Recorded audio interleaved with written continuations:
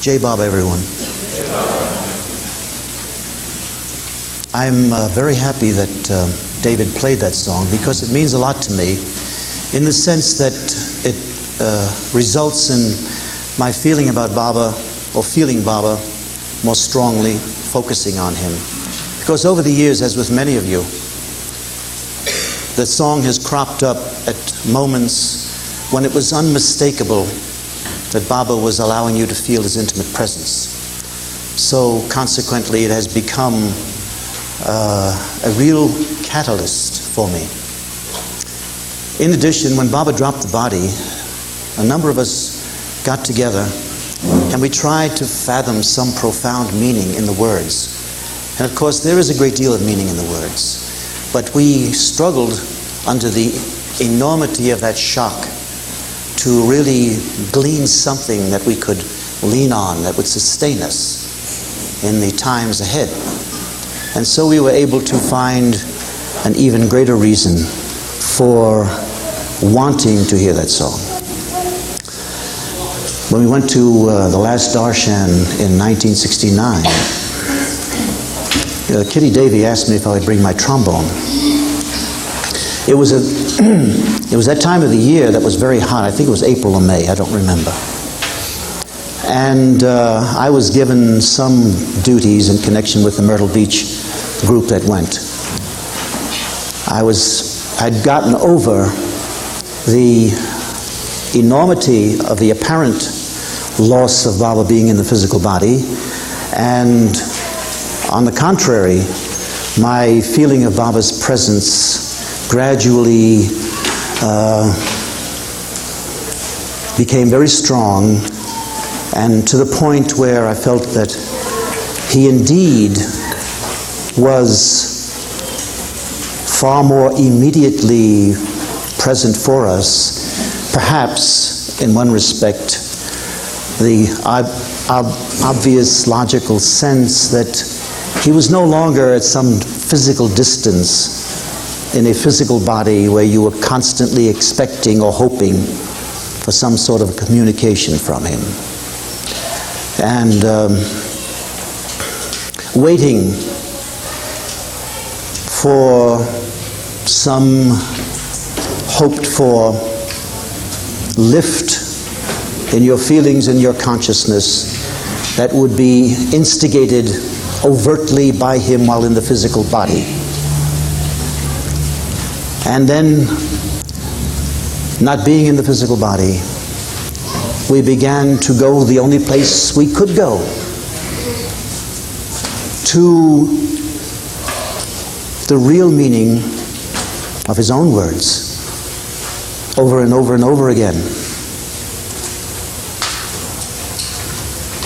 Find me where I really exist, in the heart of my lover. So we had to get to that place where he was no longer available physically to do what he always asked us to try to do from the beginning. So when we got to India, I was long since past the despair and really feeling the presence of Baba. I worked as hard as I knew how, up and down as all of us do, trying to find him within so that nothing could take him away from me, so that his reality gradually became more real in this creation. I knew that from the beginning, but I had a real reason now to make a much greater effort. So in India, we got there several days after we got there.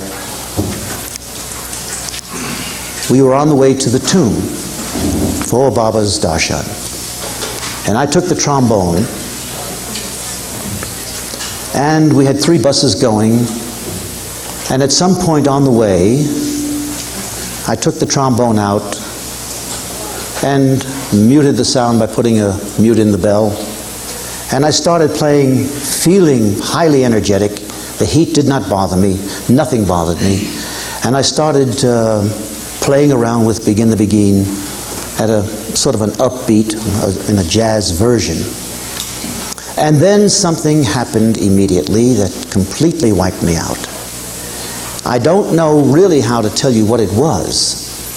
I can only say that probably it was the greatest most powerful feeling of genuine love that I had ever experienced in my life. And it was so staggering because it was so unexpected. And the great burden was that I was existing separate from it, and I was struggling to disappear. And from that moment on, I tried to get away from everyone because it was so overwhelming. I put the horn away. I went down in my seat, so that trying to get my head below the back of the seat, and nothing worked, actually. So physically, I went here and I went there, and it was as though Baba used that moment to do the very thing I didn't want, which was to push me out rather than let me disappear somewhere physically. There was some Indian judge there, and a young man was with him, and he found out that I was from the States and I was a judge. So he had the young man follow me around with an umbrella over my head. And I was trying to still hold on to the normal conventions of being deeply appreciative and all of that, and feeling a million miles away, and feeling such total emptiness. And then I would go here, I would go there, and this person would call for me, that person would call for me. And it went on and on and on. And in that condition, I had no more energy, absolutely none. Then I felt the heat. And in that condition, I had to play Begin the Beginning at the tune, because that's why I brought it. I felt like the condemned man. And then, then after that, I went to, we went to Ahmednagar, and I didn't want to be a part of the group in the meeting room, so I just drifted into Adi's office, and I sat there with whatever state of consciousness I was trying to cope with. And then someone came in, so I decided to leave there, and I said, well, I really should be a part of the group. I'll kneel outside the front door and look in, and just at least outwardly be a part of everything that's going on. So I did, and then someone said, Henry, would you play Begin the Beguine? So in these two big black shoes, I looked there, and I looked up, and it was Hoshang Barucha. And so it's really hard to describe how I felt, but basically, if I tell you that there was absolutely no energy in me, you get some idea. And then in addition to that, I was, so I went to find the horn, and no energy, and the heat was so oppressive. My biggest hope was that the horn was in the first bus. That was a very big thing. It was in the third bus. And I actually was crawling on my hands and knees to go to the rear of the bus. That's how little energy I had. And I brought it back, and then I got the thing out. Couldn't even play. I mean, not that I play so well anyway, but this was even less than that. And so I put the horn aside, put it together, and somebody said, well, go ahead in to the room. And Sarosh was up on the platform as the master of ceremonies of the various things that were being done. And I was trying to get someplace that was inconspicuous, and so I was thinner then. And then I got down on the floor, and someone said, well, you can't sit here because this is where the girl is going to dance. And so this very large Indian woman in a sari that was as big as this room, she literally almost picked me up and put me on the stage. So I was sitting there with my horn. So just one instance after another, like that. I didn't remember playing at Ahmednagar until I came back home from India. The next morning we went to Guru Prasad, and there I just said, well, I'll just go into the bedroom. And all of the people there, Baba's chair was there, the women Mandalu behind him, behind that partition or that lattice work. And I just thought I would look and see what was going on. And then a voice said, Henry, did you bring your horn? And it was Erich. And I was staying at the Turf Club. So he got a car, and he sent me back to the Turf Club. And this whole scenario was very hard. And I brought it, and I had to stay right in front of Baba's chair, all those people there, and play Begin the Beguine. And I really felt humiliated. and I couldn't play it. That was part of it. But it was also the enormous feeling that was still going on. So that was that experience. Coming back, I met a woman from Air India, and I talked to her quite a bit about Baba. And she said, do you ever get to Washington? I said, it's not too far from me. It's about 2.5 hours. She said, I come to Washington frequently. Could you come up sometime? I said, yes. So within a month, she came up. She called me, and she said she and her mother were in Washington, and the place they stayed was across the street from the Indian Embassy. And I said, well, I'll come up. So I drove up the night before, and I stayed in this small, nice hotel that I like to go to. And I was reliving this whole business of India, and I was feeling very depressed and down. I came down for breakfast in the morning, and I went into the dining room to have breakfast, and the first music that came on was Begin the Beguine featuring a trombone. And the effect of it was just lifting this mountain off of me, because, again, it was one of those one of those most intimate experiences of Baba's presence, where he knows exactly what you've gone through, and he's making you know that he's there. He's always there. We're not always there. So then I was so enthusiastic, so energetic, I even took these people sightseeing, and which I despise. And of course, being Indian, the mother sat in the front seat. I was driving a Porsche, and the daughter was sitting in the rear, and the mother was telling me what she wanted to see. And a little aside about that trip, before I became a full-time judge, I was a part-time judge. I was a substitute judge and a lawyer. And I had been to India in '62, and I was playing with this orchestra, and Williamsburg is about 30 minutes from where I live, Williamsburg, Virginia, where they take many of the heads of state, many of the important political people. It's sort of like the first capital of Virginia, free world, and the United States, all reconstructed, Rockefeller. Anyway, we had this engagement there. It was a large orchestra, 5 saxes, 3 or 4 trombones, depending on the job. We were 3 or 4 trumpets, a rhythm section, a singing group. And we were playing in the Sunken Garden in the evening for this very posh affair. And while playing, I noticed a woman dressed in a sari. She didn't look Indian. I think she may have been an Anglo-Indian, but I'm not sure. I might have to depend upon Marwan, you, to tell me something, if you know. And so my enthusiasm was more on the surface in those days. So during one of our intermissions, I went up to this group of very important people, and I said to the man next to her, "Is this lady from India?" And he said, "Yes, let me introduce you." So it turned out to be that was the ambassador from India's wife. Now, who was the ambassador from India? Wasn't it Nehru's, or is it Gandhi's nephew? I don't know. Nehru, he was a very tall man, good-looking man. Anyhow, he was the ambassador to the United States. So I talked with her, and I told her that about Meher Baba, and I had been to India in '62. She asked me what I did. I said, "Well, I'm playing in the orchestra." She said, "You are?" And then I told her, and she said, and then I told her I was a lawyer, and I was also a substitute judge. And she was absolutely floored. She said, "You must meet my husband."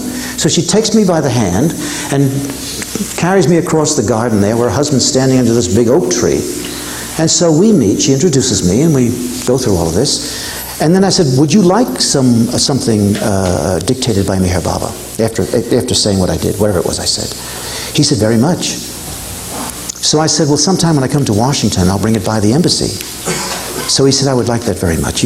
And I think he meant it. But I never sent it, and I never came. So on the occasion of my going up there to meet this young lady from Air India and her mother, I said, "This is an opportunity for me to discharge this responsibility." You know how Baba wants us to carry out our promises. So it was weighing on me all this time. So I get there, and I said, "Well, I'll just go up and tell them I'm here." They were right across the street from the Indian Embassy, and I'll tell them I'm going to dash over and make myself known, ring a bell or whatever it is, and whoever comes, say, "The ambassador is expecting this." And I told her the whole story. And she said, "He's no longer the ambassador." She said, however, he is the governor of my state and I live next door to him. So I said, good. I don't even have to go across the street. She said, I'll be very happy to deliver them. So he must have been very impressed with Baba's books because I never heard a word from him. Well, to the best of my ability, I try to do everything that I know and everything that I imagine will make my awareness increase to the point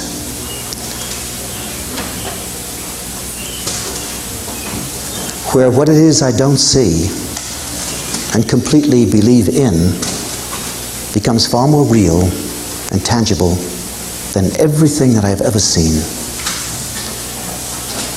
That's the preoccupation of my consciousness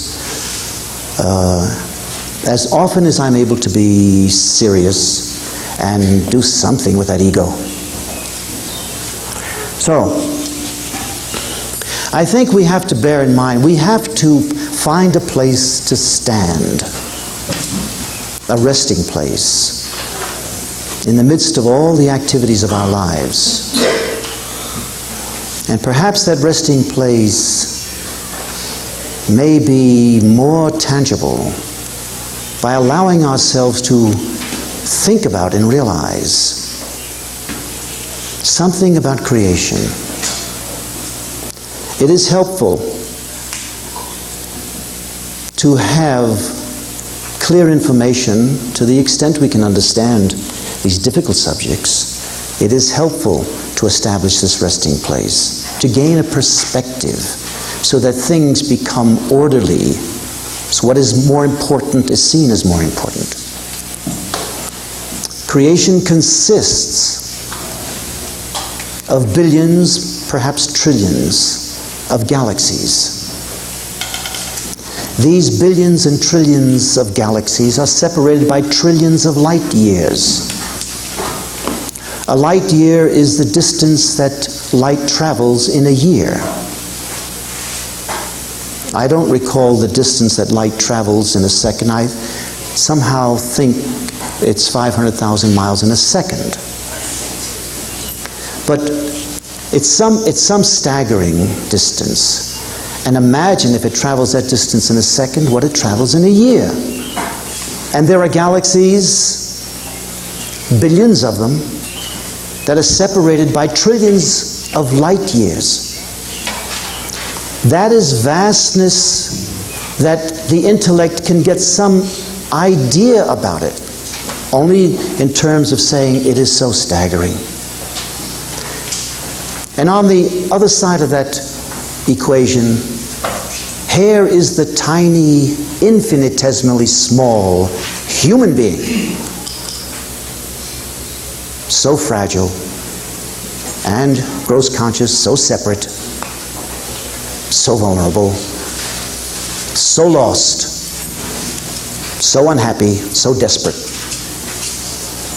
And the paradox is that great, great vastness that it is helpful for us to at least think about shortly, for a short time, had to come into existence to produce, evolve that infinitesimally small human being. So the purpose of creation was to produce you and me, and it has finally done it.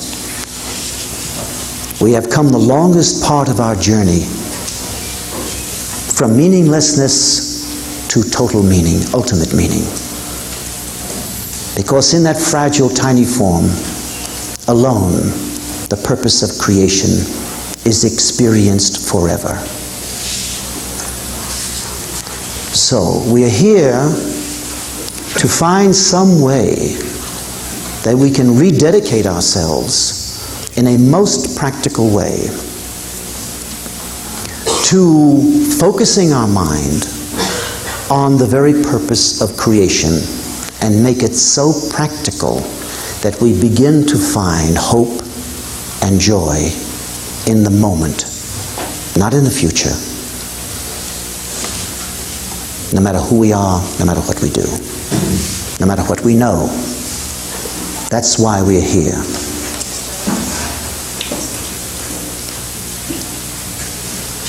Following Baba must be the literal application of that symbology, that metaphor. We must keep our head in the clouds but our feet on the ground. We must do our everyday work, no matter how ordinary or no matter how much we imagine it is important. What is important about anything that we do is the motive. Quality only comes from motive. If we think of ourselves in the sense of being genuine searchers, devotees of the truth, then our motives gradually become increasingly clear, and we attempt to discard that which is unworthy of that kind of a life. This is what Baba wants us to do. Before I had a conscious awareness of Baba, I really needed to find something in life that had meaning, in spite of all the things that were very difficult to hear and know about or to experience. Something that was so great and so real that everything else was all right. It could justify the worst things the apparently worst things that happened in life. Well, just to make it brief, what that something was, to me, as I could understand it, was a truly great human being. A human being, as in Baba's words, who did not live for himself or herself. And as in his words, a life unmixed with desire, a peace untroubled by ambition, a knowledge undimmed by illusion, a power unused except for others. Those are the words that came to me later from Baba's works. But that in my own struggle became something that was really worthwhile. So I wanted to be like that. So in order to try and be like that, I wanted to find out something about what I was like. And in order to do that, this was a totally internal search. I wasn't reading anything, nor did I belong to anything. I began to examine my motives for everything I thought and everything that I said. And what became very clear to me was everything that I thought and everything I said was selfish. I was looking for some kind of a limited result. So I tried to counteract that by changing my thoughts and by changing my actions. The result of thing. And then I began to find out that these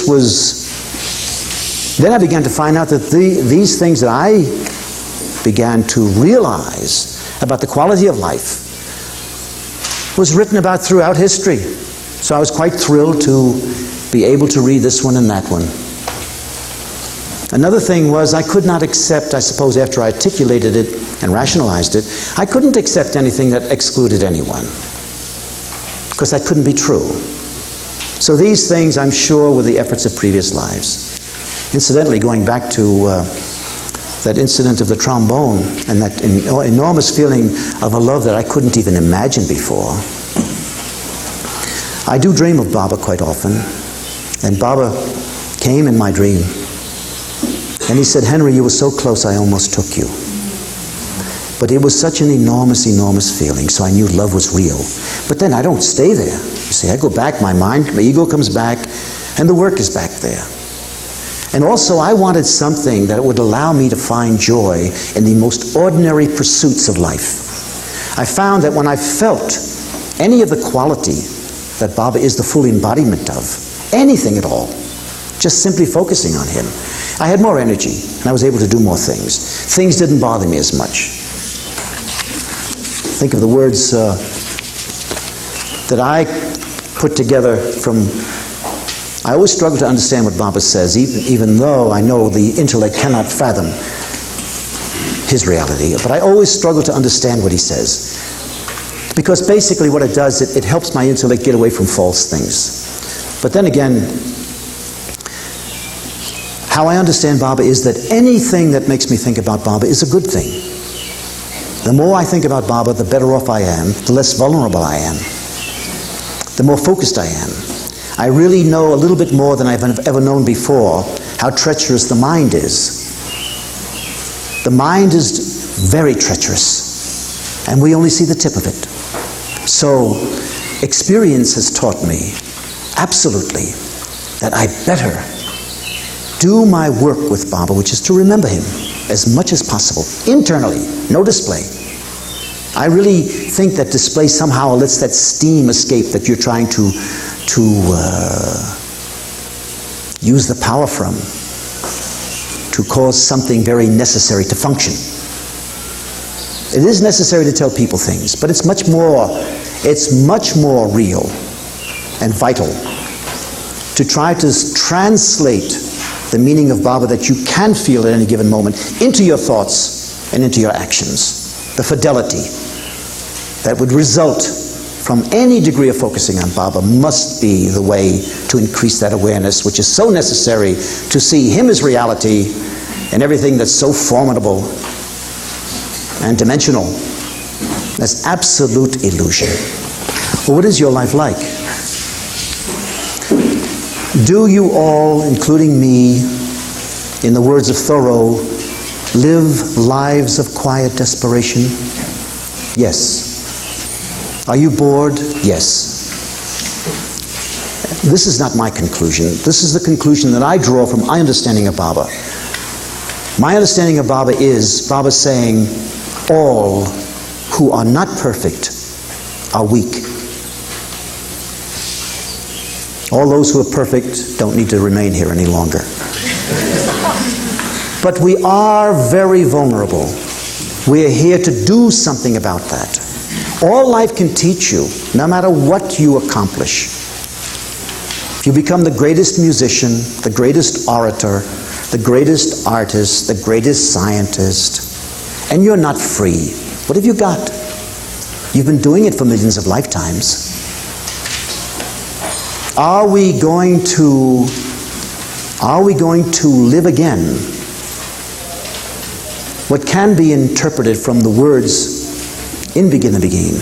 Now when I hear people curse the chance that was wasted, I know but too well what they mean. No, we cannot do that. We must not do that. We are going to succeed. This is what we must tell ourselves. We must not allow events, and events also includes thoughts. Most of the times bad things are not happening to us. Nobody's shooting at us.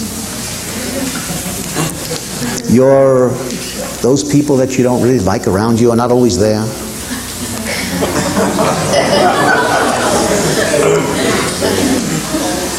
So the thoughts, that imagination, bear in mind these thoughts in this very treacherous mind, Baba says, are rooted in desires. There's only one antidote to the mind, and that is the God-man. Because it is very possible that you can, notwithstanding the weight of the mind, the immediacy of the mind, and all of that vitiated consciousness that is welded to the mind, notwithstanding all of that enormity, it is very possible for God in human form to gradually attract your attention. The mistake is to think that once you believe in him, that's all that you have to do. You have to work. Because consciousness in the gross world is constantly preoccupied with thoughts, and those thoughts have their origin in desire. Desire has never satisfied you, never will. If it were true that whatever it is you desire could give you something worthwhile having, Baba would give all of that to you. The moralists. What is morality? Morality is nothing more than, as Baba put it, anything that makes you a slave to that mind is immoral. Anything that makes you free from that mind is moral. What makes you free from that mind? The antidote is God in human form. It takes God himself to attract your attention, nothing less. If you go to God through this one or that one or the other one, one day you'll find out you can go directly to God. That doesn't mean that some person can't inspire you. Even a stone can inspire you. But another human being can inspire you the most. Another limited human being.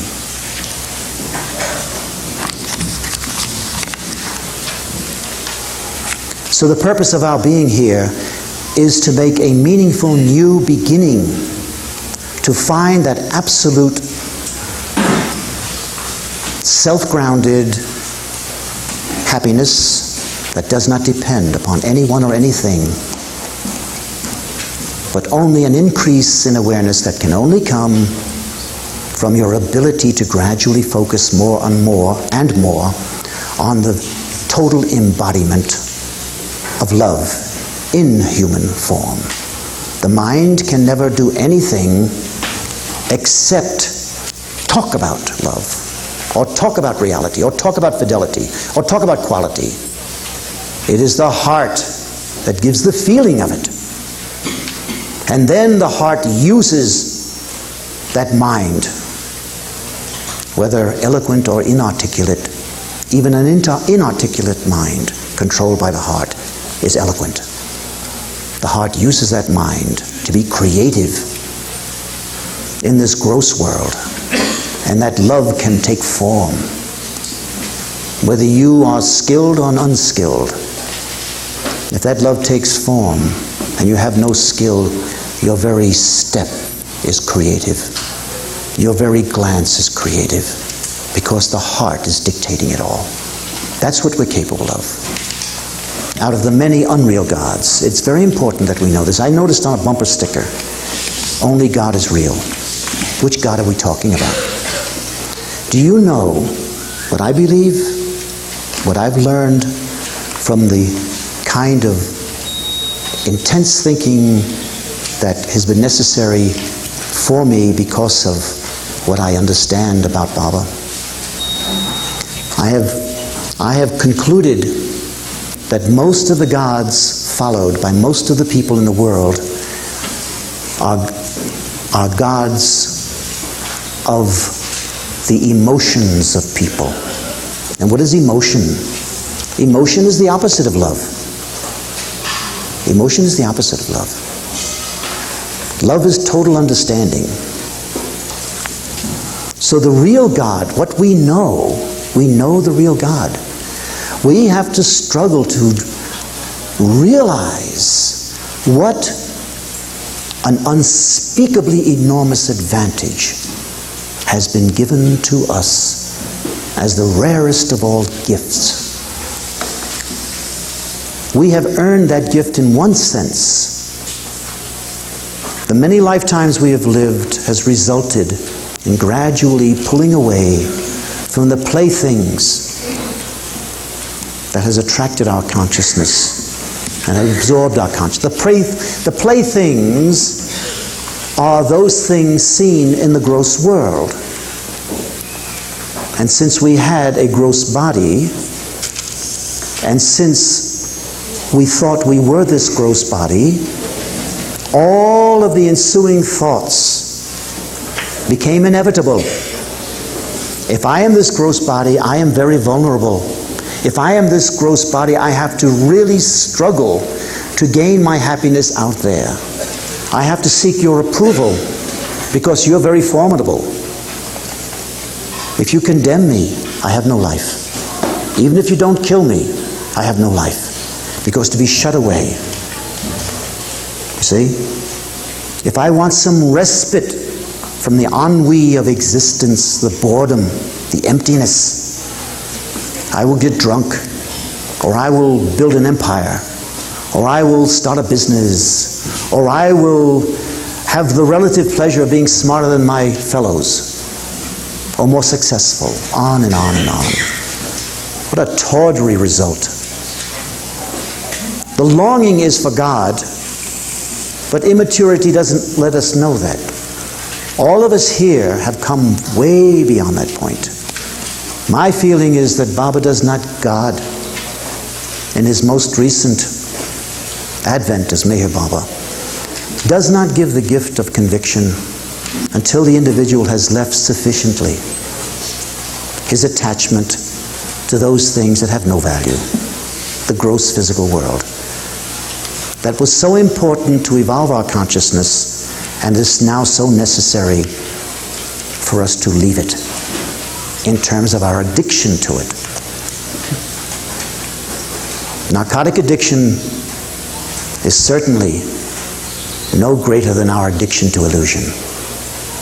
It has vitiated consciousness. It has totally perverted it to make us dance to the tune of its empty trinkets.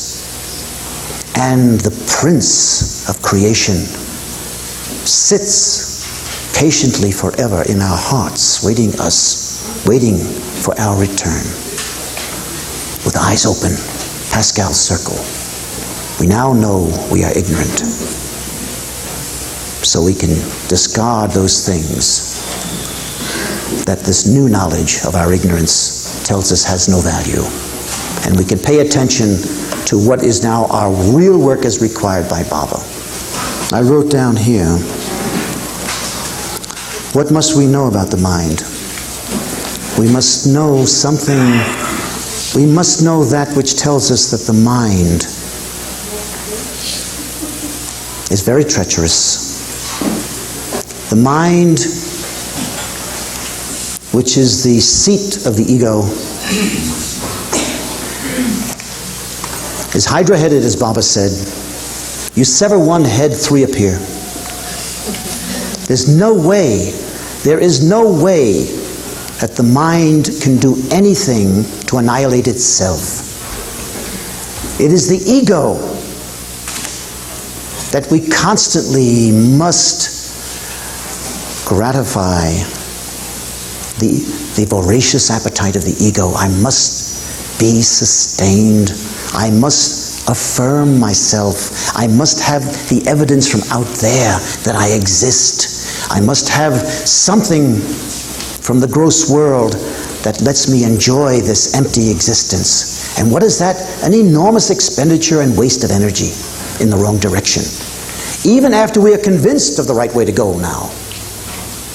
Which means we have learned how to turn our head. For the first time in our history, we can now turn our head from our primordial past, which meant born in illusion, and turn our head in the real direction.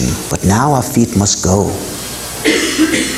Putting into practice what Baba tells us is the means by which the heart becomes awakened, and we begin to find that the world, increasingly as our awareness grows by our walking in the direction that Baba points to, we begin to find, I mentioned the other day, like the movie Popeye. That was not a, it was with live actors and actresses. It was not a cartoon. It's not a cartoon. But some reason I kept that in my mind. It pleased me. It made me feel good. And I tried to figure out why. I concluded that all the terrible things that happened in Popeye didn't really happen. We knew that when we were watching the film.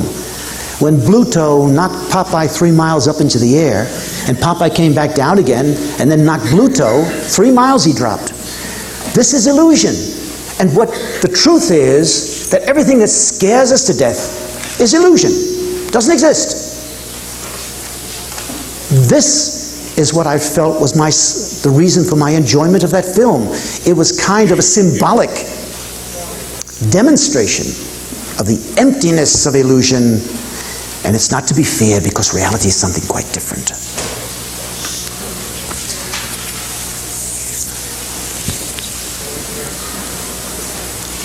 When I go to places like this, I usually dread going because I really don't know whether I'm going to be equal to say anything. The feelings and thoughts come and go. And this is probably the case with everybody. But I always end up gaining something that was really so worthwhile for myself. Coming back from Australia, and when in Australia, it was a very beautiful commemoration of the 30th anniversary of Baba's stay in the establishment of his home on that continent. And in addition to very lovely people, very straightforward people, people struggling to put their best foot forward for everyone who came there, there was this great serenity that was felt in the place where Baba actually stayed. There was this physically beautiful terrain with magnificent valleys and great vistas that within view allowed us to see the vast expanse of the Pacific Ocean. What I felt from that trip was that different from what I felt my trip to India last year. In India, I was somewhat amazed. Notwithstanding my conviction about Baba, I saw a much vaster Baba, the emperor who controlled everything in the universe. I didn't think of Baba quite like that all the time. I believed it, but I never thought about it. In India, somehow or other, this impressed itself upon me, so much so because of the contrast. I always felt of Baba in such an intimate way. Yes, he was the infinite knowledge, infinite power, infinite bliss, but intimate with me much more than ever before. So a great feeling of hope in myself. But I saw this enormous controller of everything in creation. And in Australia, that was balanced by this enormous power. Now I saw the other side, this enormous compassion. The enormity of infinite power. Now, the gentle, fragile almost, in the way he deals with us. Delicate, closer than your own breath, God. Constant, conscious companion. Doing everything to try to win your consciousness away from these toys of existence.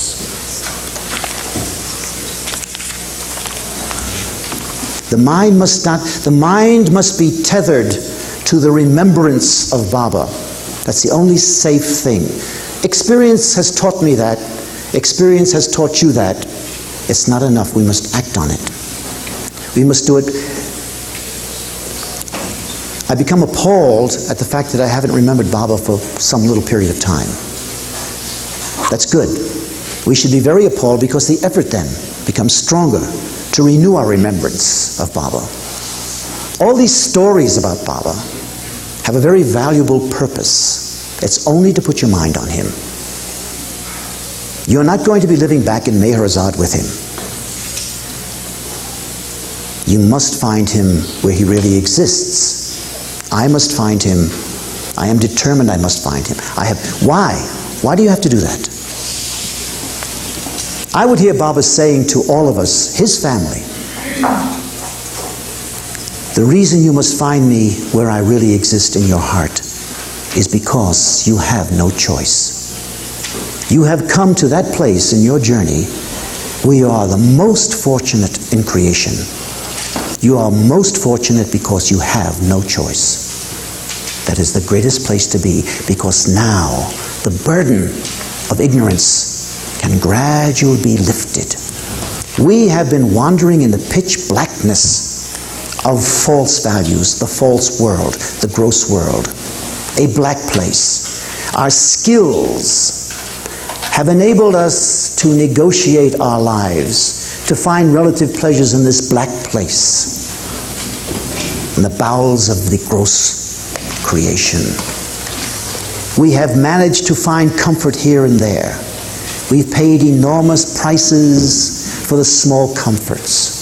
And the gross world continues, illusion continues to exact that kind of a price. But now you've come to the place where you have no choice, because you believe Baba is God, no matter how weak you are, no matter how weak I am. And that has not been the result of your effort. That has been the gift of God, because your experience has caused you to turn away from illusion. The distance separating you from illusion has widened to the point where Baba, waiting in the wings, has been desperately waiting to give you that drop of love to awaken your heart. So you're at the place where you have no choice. And that symbolizes, relative to the black bowels of the earth, it symbolizes now where you could not see anything, but you didn't know you could not see. It symbolizes now, with this gift of conviction that you have, that the enormous sun has now begun to rise beyond the horizon. And what has never happened in your history, in your human history, in your pre-human history, is now beginning to happen. The rays of reality are illumining everything around, and that is staggering. That's what's happened in the first time in our history. That is the gift of conviction, but it must be worked with. Baba will not do the work for you. He will stand with you. He experiences all of your travail. Every step of the way, he will not do the work for you. Why? If he will not do, this is his words, if he will not do the work for you, that must be the best. Anything he does is the best. Why? Because he divinely loves each and every one of us, because he is love. So everything, whether we understand it or do not understand it, makes no difference. He is love. Our focusing on that love gradually reduces the nightmare of the existence, conscious existence of ignorance. Our ignorance gradually dissipates. It begins to reduce in size, becomes less formidable. And we know that the only one that can help is becoming a reality, a tangible reality. He is equal to anything that happens in your life or my life. He used it a number of times in cables and things like that. Those who are familiar with all of this know that. All who would love. Well, you know, there's something disconcerting about a phrase like that. I don't want to have any choice. What do you mean, would love? I want to be the one who is already loving.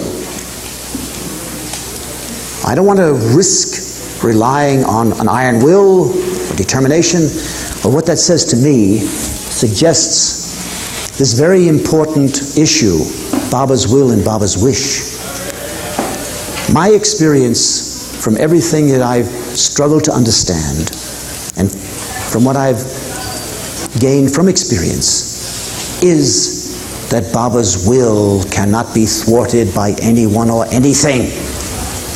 His wish is that we surrender to his will as quickly as possible to make unnecessary our suffering. That's his wish.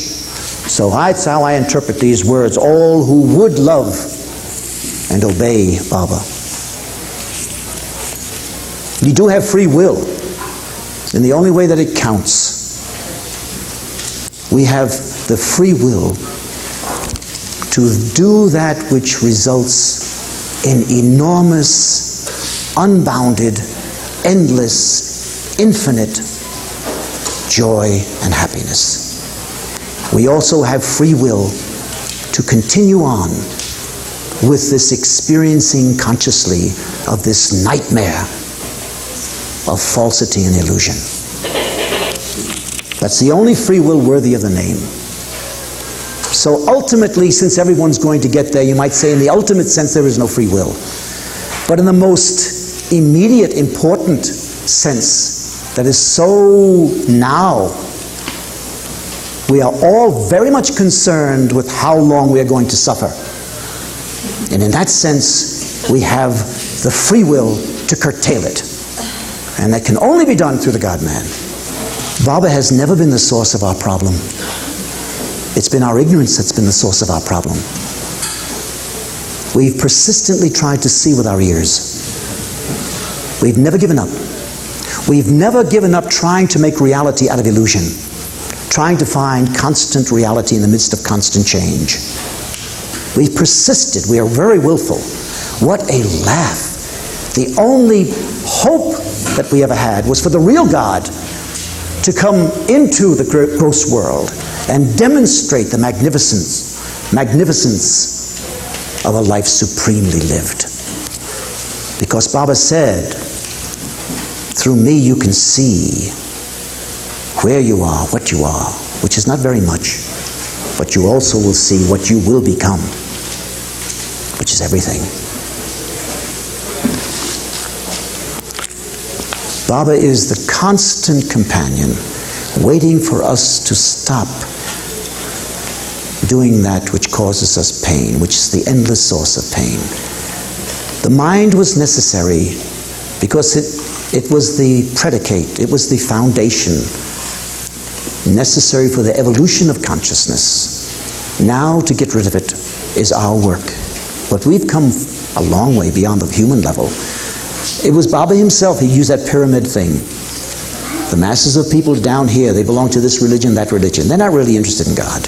No one's ahead of anyone else. If you lived 1,000,000 lifetimes more than somebody else, why shouldn't you know more? Why are you ahead? You've gone through that 1,000,000 lifetimes of great difficulty. Ignorance is always difficulty. So it's not a question of comparison. If you see somebody who has real quality, it's not so much that you envy them. They inspire you. If a person has false things, if he has a great deal that ignorance places a value on, you envy him. It's lifetimes that causes us to be less addicted to illusion, and consciousness frees itself up a bit, to the point where we can articulate a little bit of freed consciousness as saying, what is the purpose of all this? But we're asking it not as a dilettante, not as idle curiosity. We're asking it from the deep need. I've got to find some reason for this existence. Baba gives conviction, but it's we who must make conviction 100%. It's the making of conviction 100% that is our work.